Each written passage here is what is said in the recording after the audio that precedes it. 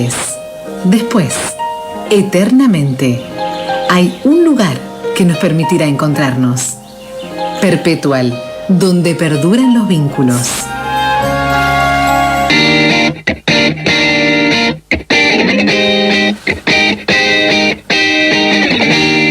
La política está entrampada, la política cordobesa en particular, el peronismo gobernante, en una lógica que, por un lado, eleva el discurso de darle gobernabilidad al gobierno nacional, pero por el otro, su propio pasado o ADN ideológico le impide tomar decisiones que van en contra de su propio ser. Aunque el peronismo cordobés está bastante desdibujado respecto de la histórica tradición del peronismo.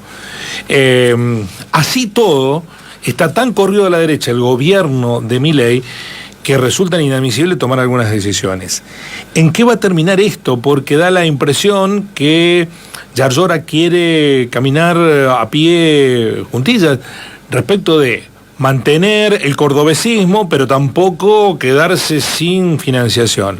Lo concreto es que este fin de semana el gobierno de Milei echó al principal referente del eschiarettismo en el gobierno, que era el ministro Giordano, que estaba a cargo de ANSES. Todo esto como consecuencia de la caída de la aprobación de la ley ómnibus. Pero para ayudarnos a entender esta situación y sobre todo hacia dónde va el peronismo gobernante en Córdoba, vamos a saludar a la politóloga y analista, la joven politóloga y analista Nayet Kademian, a quien saludamos desde el programa Así son las cosas en Río Cuarto. Guillermo Jeremías le da los buenos días. Un gusto, Nayet, ¿cómo le va? Hola Guillermo, ¿cómo estás? Muy buenos días. Bueno, gracias por sumarse y por ayudarnos a entender lo que pasa.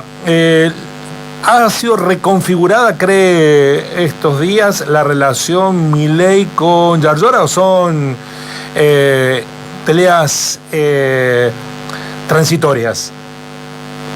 Evidentemente hay una ruptura importante de Milei con Córdoba, también con todas las provincias, ¿no? Porque el presidente ha elegido poner a todos los gobernadores como opositores en ese sentido, incluso al gobernador Yarlora, que ha tenido, ¿no?, esta intención de acompañar desde el primer momento a las iniciativas del gobierno, más allá del hecho de que algunos diputados del bloque de Hacemos Coalición Federal hayan votado en contra de algunos incisos, ¿no?, de la ley ómnibus.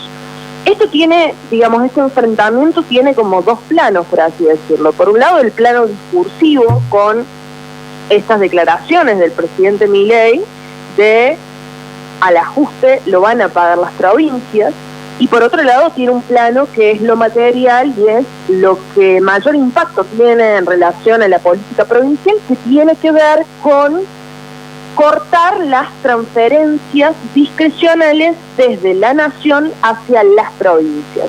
Esto evidentemente no solamente es un número abstracto, sino que tiene un impacto en la posibilidad de la provincia de sostener algunos servicios públicos. Con esto me refiero, por ejemplo, al servicio de transporte, ¿no? Entonces, evidentemente hay una relación que está muy tensionada y quizás como para pensarlo a este tema, leer un poco cómo le ha ido al kirchnerismo, ¿no?, en las épocas del gobierno, sobre todo de Cristina, en su segundo mandato, cuando decidió confrontar con Córdoba y las consecuencias políticas que eso tuvo y en qué derivó. Entonces creo que estamos en un momento muy complejo. Uh-huh. ¿Está igualando la postura de Milei a la postura del kirchnerismo en la relación con Córdoba?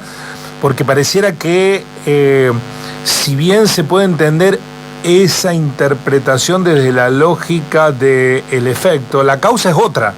Me lo pregunto y se lo pregunto, Nayet.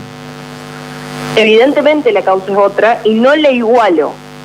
No creo que sea igual, pero sí creo que estos enfrentamientos nación-provincia no han terminado bien para los gobiernos nacionales. Jamás han terminado bien para los gobiernos nacionales. Y acá quiero decir algo que creo que es importante para entender un poco la situación, no solo en Córdoba, sino a nivel país. La elección de Milei, de poner a los gobernadores como los principales enemigos, quizás no es la mejor estrategia. Y a esto lo digo porque los gobernadores son figuras que están mucho más cercanas a la gente, que también fueron electos hace poco, y son las únicas figuras políticas en la Argentina que tienen diferencial positivo de imagen en sus provincias. Recordemos que si bien Javier Milei gana el balotaje en Córdoba con 74 puntos, el espacio de La Libertad Avanza en la elección provincial no llega a los 3-4 puntos, ¿no? Entonces, si hubiese un alineamiento de toda la ciudadanía en Córdoba con todo el programa ideológico de Javier Milei desde el momento 1, hubiese tenido mejor desempeño en las elecciones provinciales, cosa que no sucedió y no sucedió en todo el país, ¿no? En ninguna parte del país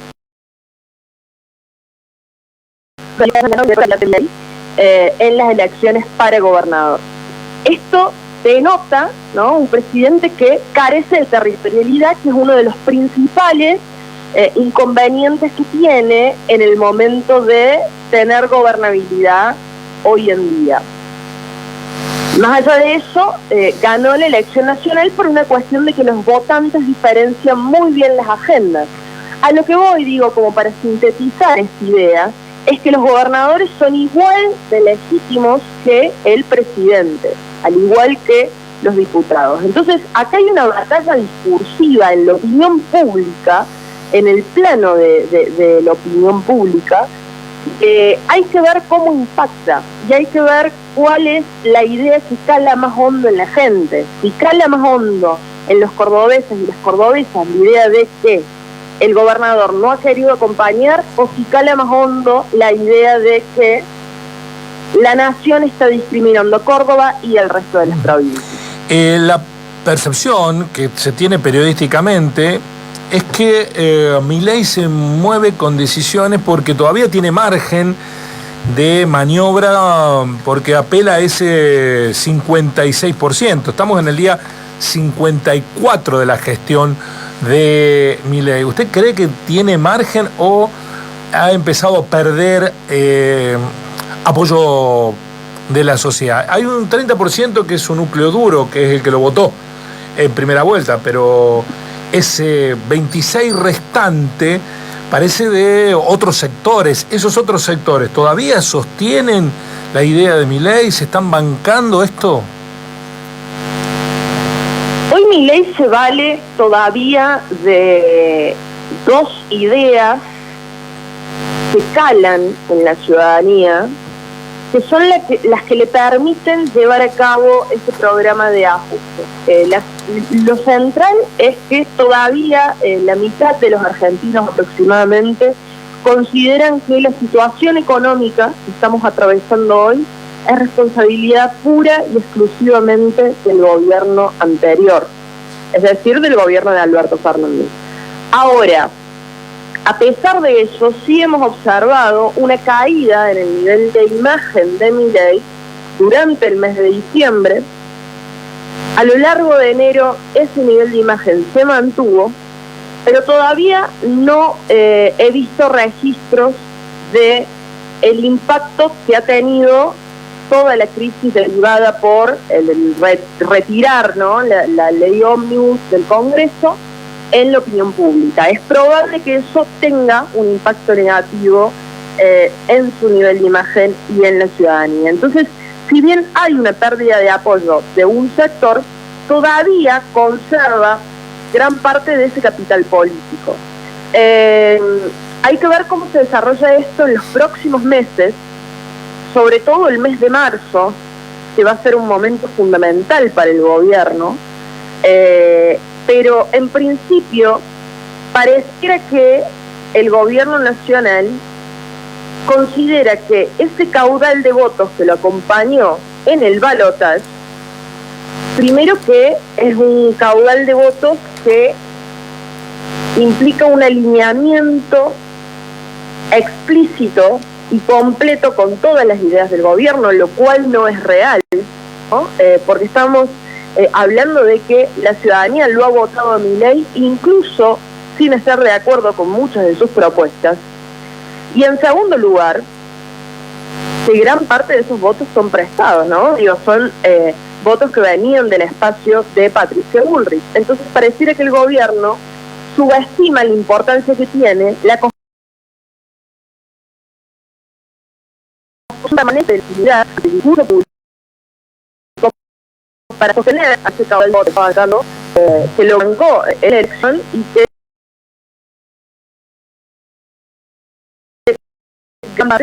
recordar que Alberto Fernández al inicio de la gestión tenía niveles de aprobación que rondaban el 80%. La historia terminó con el ley presidente. Entonces, creo que es un punto fundamental que no tienen que desestimar. Ahora, establecer el punto exacto de tolerancia de la gente al ajuste y el punto en el cual se quiebra el contrato ciudadano que Milei asumió con los argentinos es difícil de establecer y va a depender en gran medida de la situación económica. Estamos dialogando con la analista política, la politóloga Nayet Kademian. Nayet, usted mencionó recién algo que está ligado a la economía, que la gente todavía sigue responsabilizando de este presente a las malas decisiones del gobierno anterior, que obviamente le hicieron perder la elección.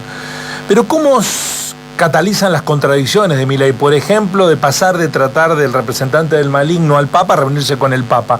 ¿Esas contradicciones no importan en la sociedad? Sí, evidentemente importan.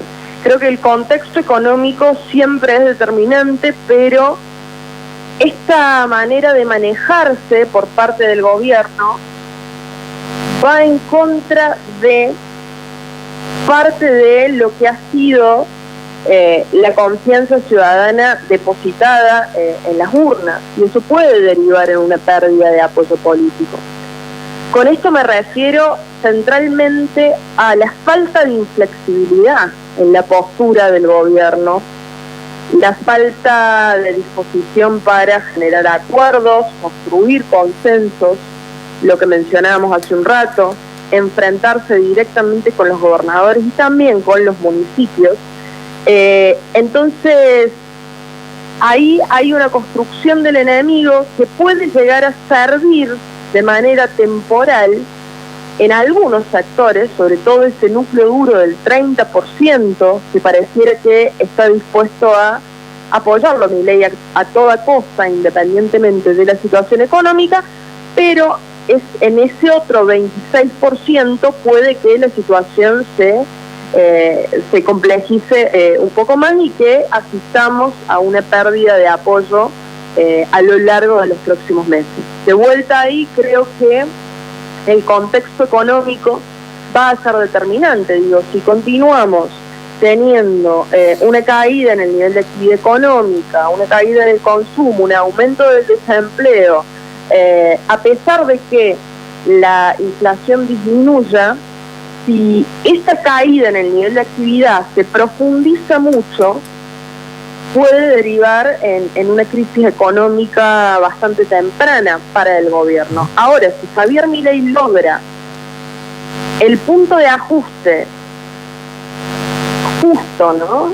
Valga la redundancia, entre lograr frenar la inflación mientras que la caída en la actividad económica no sea tan fuerte, bueno, es probable que la ciudadanía lo siga apoyando. Digo, me parece que ese punto puede llegar a ser determinante para el gobierno.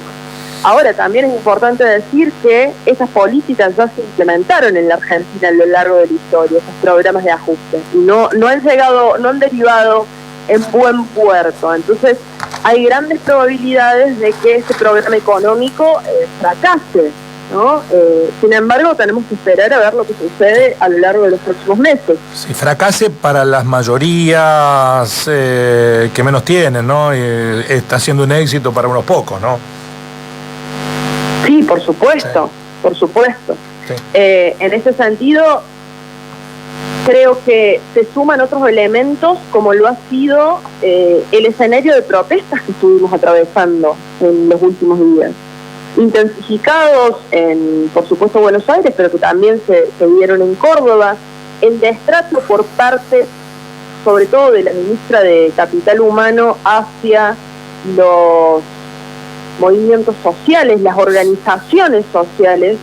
Creo que eso nos muestra, a su vez, junto a otros elementos que hay a nivel general en el gabinete de Milei, una falta de expertise de cómo funciona el Estado. Y esto es lógico por una cuestión de que, bueno, muchos de ellos no vienen de la política, no vienen de tener experiencias previas en el sector público. Entonces, no hay una expertise en materia de manejar con estos actores sociales que tienen pujas distributivas muy fuertes. La Argentina en general es un país con pujas distributivas muy fuertes, donde los movimientos sociales y los sindicatos presentan una gran fortaleza y han sido claves en la movilización social. Por el contrario, ¿no? Su ministro político, que es el ministro del Interior, Guillermo Franco, ha sido permanentemente desautorizado por parte del gobierno. Desautorizado en la dirección que tuvo en las negociaciones, desautorizado porque ha sido el ministro que mostró más flexibilidad y disposición para construir acuerdos con los gobernadores. Sin embargo, el gobierno nacional luego no siguió por esa línea. Y acá, para sumarle otro elemento al contexto que estamos atravesando, el hecho de que se haya discutido lo que para el gobierno nacional había sido presentado como el proyecto más importante de su gobierno, y que Javier Milei, el presidente, se haya ido de viaje justamente en ese momento. Entonces, me parece que es un punto que se podría equiparar de alguna manera a lo que fue la foto en el gobierno de Alberto Fernández de la famosa fiesta en la Quinta de Olivos. Hay algo de una ruptura que se puede observar ahí, que denota una falta de responsabilidad por parte del gobierno.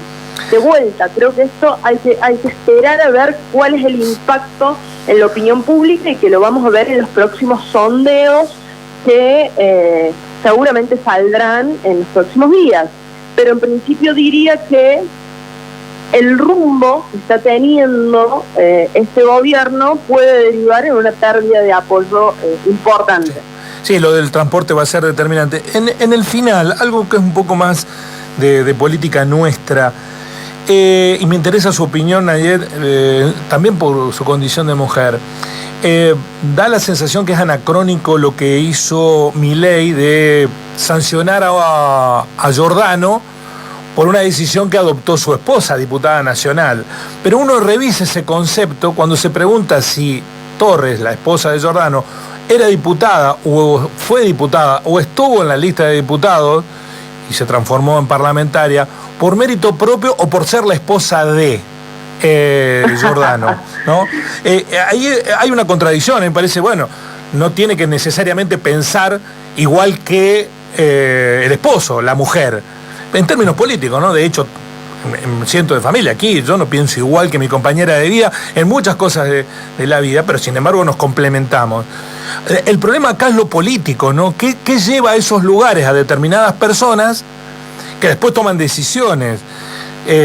La falla es la primera, de haberla designado a Torres por ser la esposa de Giordano, o la falla es la segunda. Bueno, creo que esto sucedido muestra cómo es en muchos casos la dinámica política, y también muestra esta irascibilidad por parte del gobierno.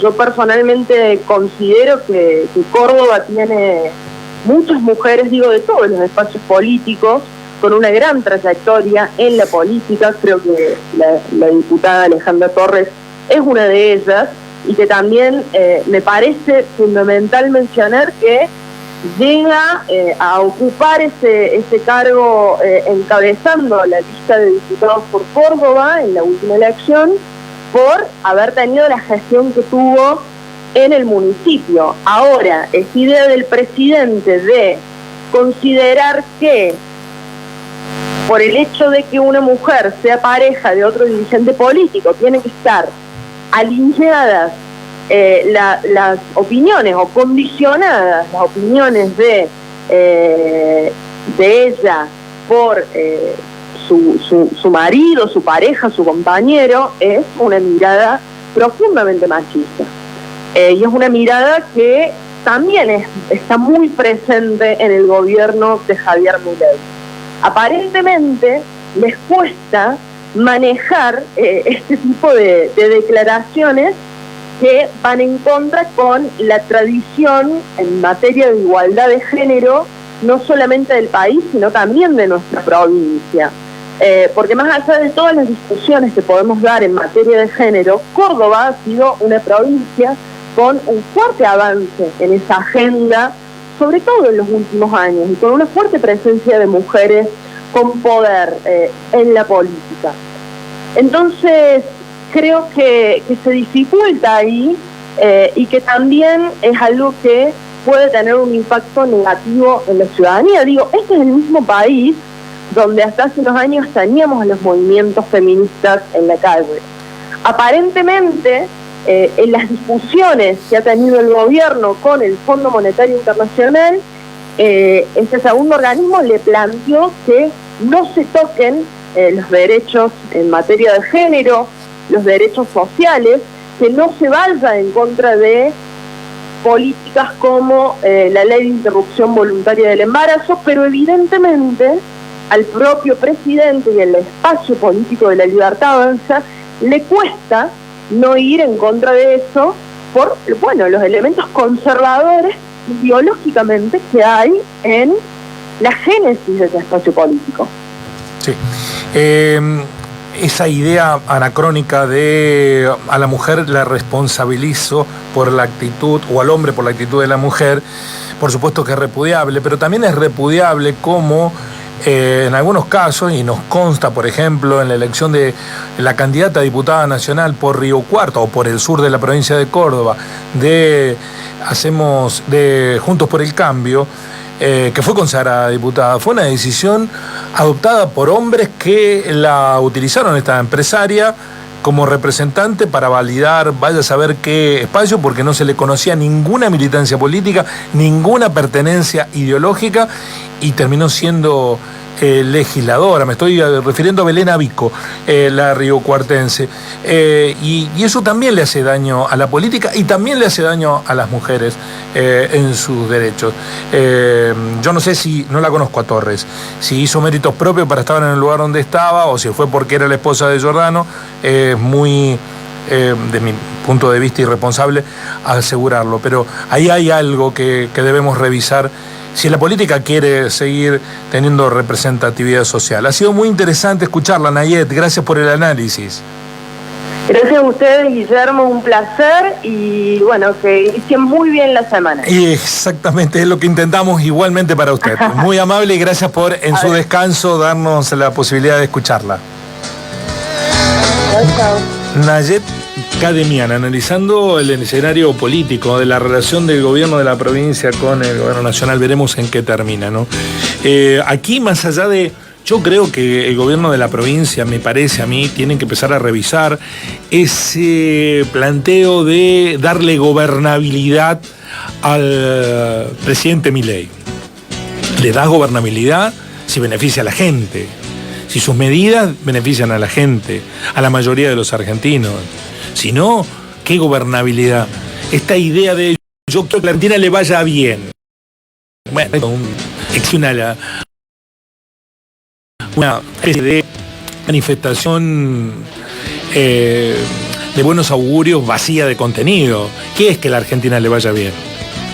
Si a la mayoría de millones de argentinos las medidas que toma el que sea un presidente profundiza los problemas que ya tenía, yo quiero que le vaya bien, si a la mayoría nos va mal.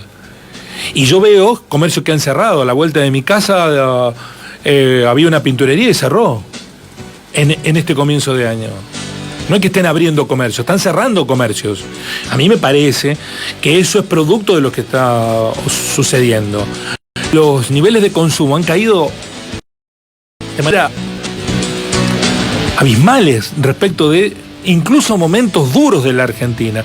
Y no consumo de bienes suntuarios. Estoy hablando de consumos básicos, alimentos. En el mes de enero ha sido brutal. Si eso es que a la Argentina le está yendo bien, bueno, hay que cambiar los conceptos entonces. Yo no quiero que le vaya a un gobierno bien si a la mayoría de los argentinos no va mal. Por supuesto que hay un grupito que está chocho. Los especuladores, los caputos de la vida, los Macri de la vida, los empresarios que están obteniendo ganancias exorbitantes. Ponen los precios que quieren. ¿Ustedes ven la locura de precios que hay? En todo, en lo que se les ocurra. ¿Cómo puede ser? Un vestido que sale 100, camina 2 cuadras y sale 10. Lo veo ahora, una zapatilla de enchufe que en un lugar sale 12.000 pesos, en el otro te lo cobran 2.000. ¿Por qué esa locura? Porque cada uno hace lo que quiere. Por eso nuestras vidas están tan desorganizadas. Vos no sabés qué es. Ni hablar de la cuestión de los alquileres, de la cuestión más de fondo, los colegios, los uniformes, todo lo que se viene. Pero como nadie tiene injerencia en ese desorden de la vida, ¿no? Lo están aprovechando algunos, ¿no? El río revuelto es beneficio para los mismos de siempre. Así son las